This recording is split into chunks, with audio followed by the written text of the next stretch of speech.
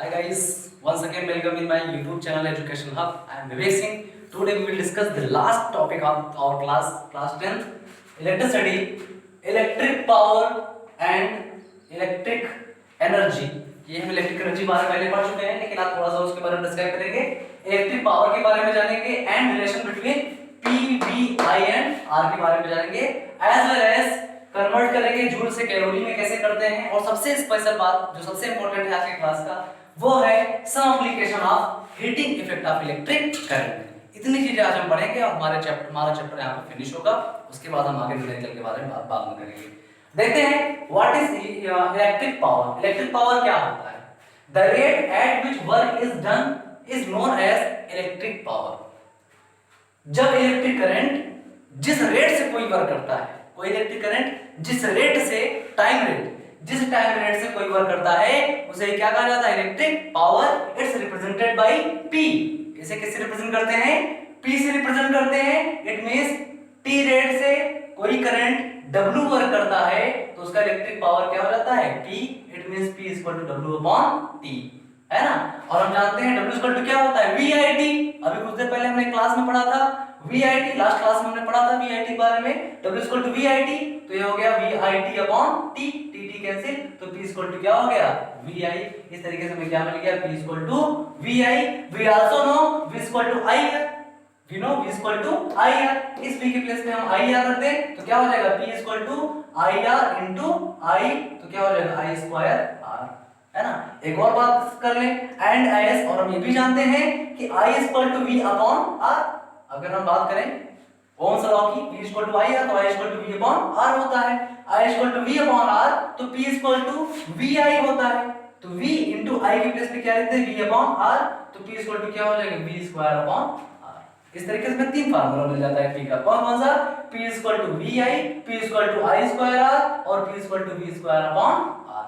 Numerical में जैसा दिया रहेगा वैसा ही एप्लीकेशन यूज करके आप सॉल्व कर सकते हैं। इसीलिए इतने ज्यादा फार्मूलाज बताए जाते हैं आपको। जैसे वर्क और हीट में बताया गया था उसी तरीके से पावर में बताया गया। Got it? इस तरीके से हमने रिलेशन देख लिया P V R में, P I R में, P V I में। Got it? अब हम आगे बात करते हैं एक बिग यूनिट की। पावर का एक बड़ा यूनिट होता है, ये पावर का यूनिट होता है वॉट। पावर यूनिट क्या कहलाता है? वॉट कहलाता है। Got it? पावर की यूनिट जैसे its unit is what. Power के यूनिट को क्या कहा जाता है? वॉट कहा जाता है। और इसका एक बड़ा यूनिट भी होता है जिसे बिगर यूनिट कहा जाता है। पावर का बिगर यूनिट क्या होता है? किलोवाट, है ना। उससे भी बड़ा वाट क्या होगा? मेगावाट, ठीक है। उससे भी बड़ा वाट क्या होगा? गीगावाट। तो वाट के ऐसे ही किसी भी चीज के यूनिट बढ़ते चले जाते हैं। तो पावर का जो नॉर्मल यूनिट होता है, ऐसा ही यूनिट होता है, उसे वाट कहा जाता है। और इसका जो बड़ा यूनिट उसे क्या कहता है? किलोवाट। किलोवाट इसलिए यूज करते हैं क्योंकि अपने घरों में हम किलोवाट का ही यूज करते हैं। जैसे 2 किलोवाट का वोल्टेज जो स्टेबलाइजर लाते हैं, 4 किलोवाट का स्टेबलाइजर लाते हैं, 6 किलोवाट का स्टेबलाइजर लाते हैं ना। इस तरीके से किलोवाट में रिप्रेजेंट करते हैं। इसी वजह से हम यहाँ पे आपके किलोवाट के बारे में आपको बता रहे हैं, ठीक है। तो 1 किलोवाट इक्वल टू क्या होता है? 1000 वाट। किलो पर 1000 आप जानते हैं, ऐसा ही 9th में पढ़ लिया था आपने।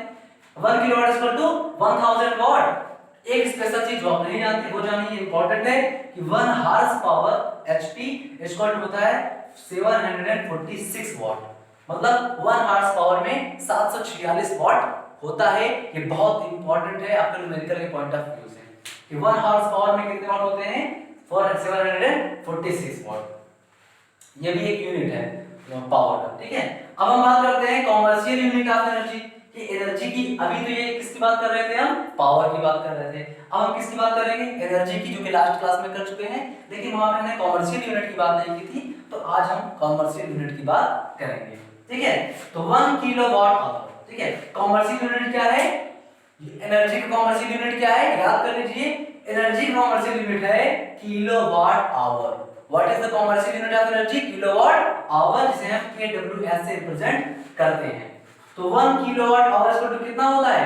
1 किलोवाट इनटू 1 आवर, है ना। और 1 किलोवाट में कितने वाट होंगे? 1000 वाट। 1 आवर में कितने सेकंड होंगे? 3600 सेकंड, है ना। तो यहां से हम पा जाएंगे 1 किलोवाट इक्वल टू क्या? 1 किलोवाट आवर इक्वल टू क्या हो जाएगा? 3.6 into 10⁶, क्योंकि अब यहाँ पे एनर्जी है और हम जानते हैं एनर्जी की यूनिट क्या होता है? जूल, इसलिए हमने क्या लिख दिया? जूल। Got it? अब बात करें 1 किलोवाट आवर इक्वल टू हो गया 3.6 × 10⁶ जूल। अगर 10⁶ को हटा दिया जाए इसके प्लेस पे क्या लिख सकते हैं हम मेगा जूल, क्योंकि हमने पढ़ा है ना deca hecto kilo mega giga tera peta exa, वो हमने पढ़ा है 9th में, तो हम आप उसके बारे में डिस्क्राइब नहीं करेंगे। तो 1 किलोवाट आवर इक्वल टू क्या हो जाएगा 3.6 × 10⁶ का स्थान पे क्या आता है मेगा आता है, इसीलिए क्या हो जाएगा 3.6 मेगा जूल। क्लियर। अब एक स्पेशल चीज जो आपको बतानी जरूरी है, आपके सिलेबस में तो नहीं है लेकिन फिर भी जानना बहुत इंपॉर्टेंट है कि converting joule into calorie. Energy के दो यूनिट होते हैं, जूल भी होता है और कैलोरी भी होता है ना।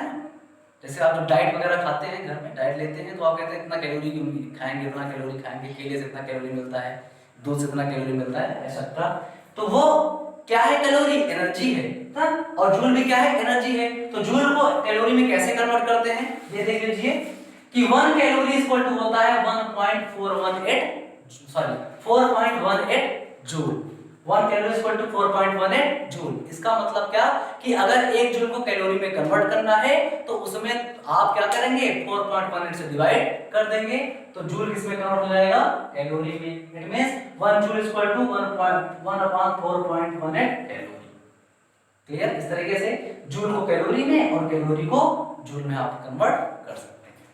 Got it. इस तरीके से हमारा आज का क्लास जो न्यूमेरिक चीजें हैं जिससे न्यूमेरिकल सॉल्व होंगे वो सब कुछ खत्म हो गया है, सारी चीजें कवर हो गई हैं। हमारे टॉपिक में कोई भी चीज नहीं बची है जो हमने नहीं पढ़ा है, बहुत अच्छे से बहुत इजी मेथड से तरीका सीखा है। अब बहुत इंपॉर्टेंट छोटी सी चीज है जो हमको पढ़ना है, वो है some application of heating effect of electric current या जूल हीटिंग।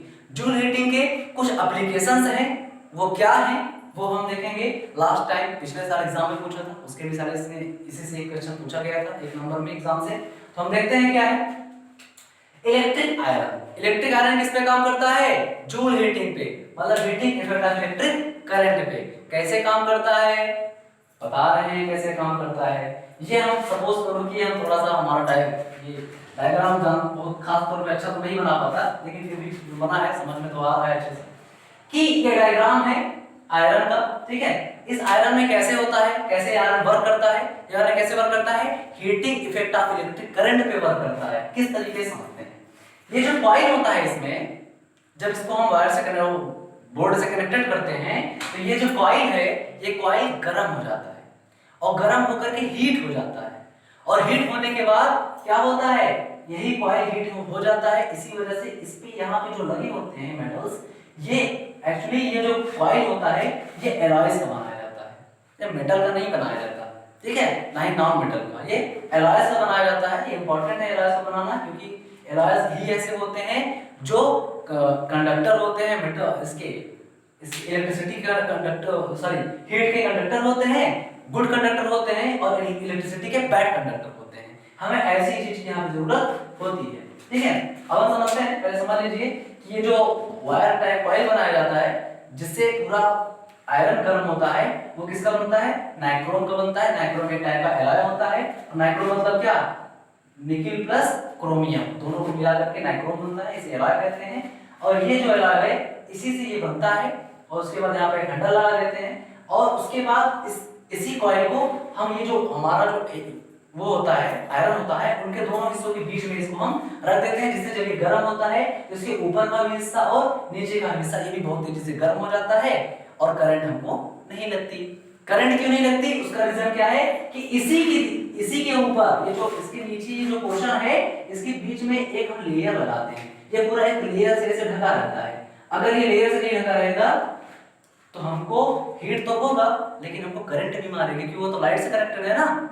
तो हमको करंट क्यों नहीं मारता, क्योंकि यहाँ पे एक लेयर हम लगाते हैं। वो लेयर किसका होता है एस्बेस्टॉस का लेयर होता है, जिसे हम माइका भी कहते हैं। और माइका का लेयर होने की वजह से हमें करंट नहीं लगता बल्कि हीट फील होती है। क्लियर। इसका काम क्या है माइका का, ये it is good conductor of heat but bad conductor of electricity, that's why we use in the form of layer as mica. This is known as a asbestos. Clear. इसलिए हमें current नहीं लगता क्योंकि ये good conductor होता है heat का, लेकिन बैड कंडक्टर होता है किसका इलेक्ट्रिसिटी का। अब आते हैं दूसरे बात करते हैं बल्ब की। बल्ब हम जो यूज करते हैं ये बल्ब वो वाला है, यार समझ रहे हैं फिगर देख के कौन सा बल्ब है ये बल्ब है ये जो 100 वाट का बल्ब आता है जो येलो लाइट देती है घर में, वो बल्ब है। इस बल्ब में क्या होता है, इसमें एक फिलामेंट होता है जो इस तरीके से बना हुआ होता है। ये फिलामेंट किसका होता है, टंगस्टन का होता है। जब इसको कनेक्टेड किया जाता है वायर से, बोर्ड से, जब इसमें इलेक्ट्रिसिटी फ्लो की जाती है, तो इलेक्ट्रिसिटी फ्लो होने के बाद इसमें इतनी ज्यादा हीट जनरेट हो जाती है कि ये फिलामेंट गर्म हो जाता है। बहुत ज्यादा गर्म होने के बाद यही जलने लगता है और हमको रोशनी या लाइट मिलती है। ये फिलामेंट किसका बनता है, टंगस्टन का बनता है। और इसलिए टंगस्टन का यूज किया जाता है, टंगस्टन को W से रिप्रेजेंट करते हैं। टंगस्टन का इसलिए यूज किया जाता है क्योंकि टंगस्टन की मेल्टिंग पॉइंट बहुत ज्यादा होती है। इट मींस 1380 डिग्री सेल्सियस इसकी मेल्टिंग पॉइंट होती है। इसीलिए फिलामेंट के रूप में हम किसका यूज करते हैं, टंगस्टन का यूज करते हैं, जिससे ज्यादा मेल्टिंग पॉइंट होगी तो जल्दी मेल्ट नहीं होगा। क्लियर। और वही गर्म होकर के वही इलेक्ट्रिसिटी हीट में कन्वर्ट होके गर्म हो जाती है और उसी में हमको दिखाई देता है। और ये जो हमारा सेफर वगैरह है, ये जो 5 वाट 7 वाट के बल्ब आते हैं आजकल, सेफर वगैरह, ये सभी जो है इस फिनोमिना पे काम नहीं करते, उनके लिए दूसरा फिनोमिना है। एक और चीज, इसमें आर्गन प्लस नाइट्रोजन का gas, argon plus nitrogen gas भी बना होता है। ये गैस, यही गैस क्यों करते हैं, क्योंकि ये क्या है, नोबल गैसेस हैं। ये ऑक्सीजन से रिएक्शन नहीं करते। कोई और गैस भरेंगे जो नोबल नहीं होंगे, वो ऑक्सीजन से रिएक्ट कर लेंगे और या इसको ऑक्सीडाइज कर देंगे और बल्ब फूट जाएगा। इस वजह से हम क्या करते हैं, नोबल गैस भरते हैं, जैसे आर्गन प्लस नाइट्रोजन। क्लियर।